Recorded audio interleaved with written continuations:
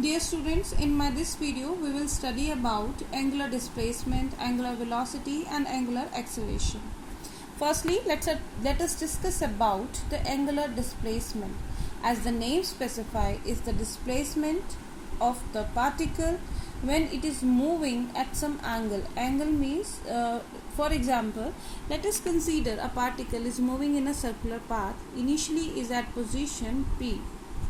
At center, this path is having radius r, and after some time it reaches to point Q, and let this path makes an angle theta angle, right? In that case, this angle is known as angular displacement, and direction of this angular displacement vector is given by the right hand thumb rule, according to which if we hold our hand like this, then curl of fingers will represent the direction of motion of the particle and thumb will point toward the direction of the displacement vector.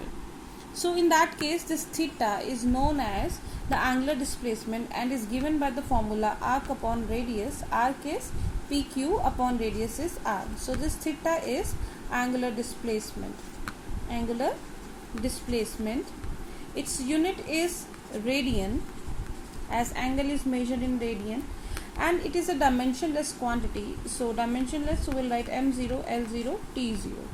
Similarly, if we talk about angular velocity, angular velocity means a rate of change of angular displacement with respect to angle, with respect to time. So it is represented by omega, which is equal to limit delta t approaches to 0, delta theta by delta t. Means in this case the rate of change of angle with respect to time, which is equal to d theta by dt.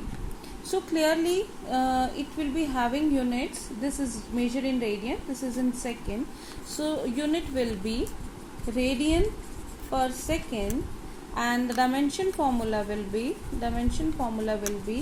m0 l0 t minus 1, right? And similarly, if we talk about angular acceleration, it is represented by alpha and is equal to d omega by dt. D omega is the rate of change of angular velocity with respect to time.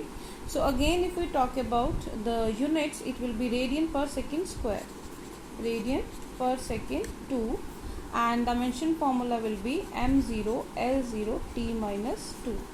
And again the direction, if we talk about the direction of angular velocity and direction of angular acceleration, all is that given by the right hand thumb rule. It is to be noted here that actually nothing is moving in the direction of this thumb, right? Actually this thumb represents that the motion of the particle is in the plane and is in the circular path. So this is all about the angular velocity, angular acceleration and angular displacement. Let us now find out the relation between the linear velocity and angular velocity. Relation between v and omega. V is linear velocity and omega is angular velocity.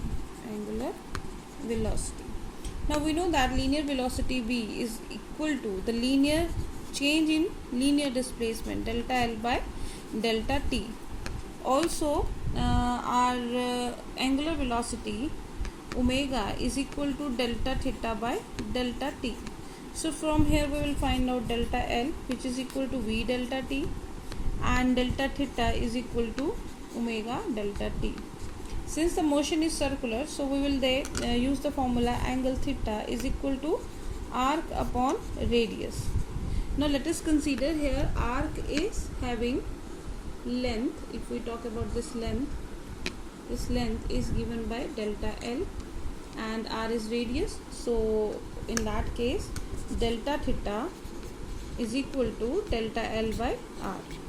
Now delta theta is omega delta t, and the delta L is v delta t upon r. So we'll cancel this out.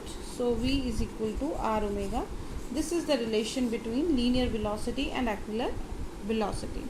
Now let us find out the relation between linear acceleration and angular acceleration. Relation between linear acceleration and angular acceleration. ठीक है. So in that case we know that v is equal to omega r. Now we know that linear acceleration is rate of change of velocity and angular acceleration is rate of change of angular velocity. So differentiating both sides, so that will be dv by dt is equal to d omega by dt into r. R is constant, which is the radius, so that is taken to be separately. So dv by dt is equal to alpha into r, where alpha is rate of change of angular velocity is equal to angular acceleration, and also dv by dt is linear acceleration. So our formula is a is equal to alpha r. This is the relation between linear acceleration and angular acceleration.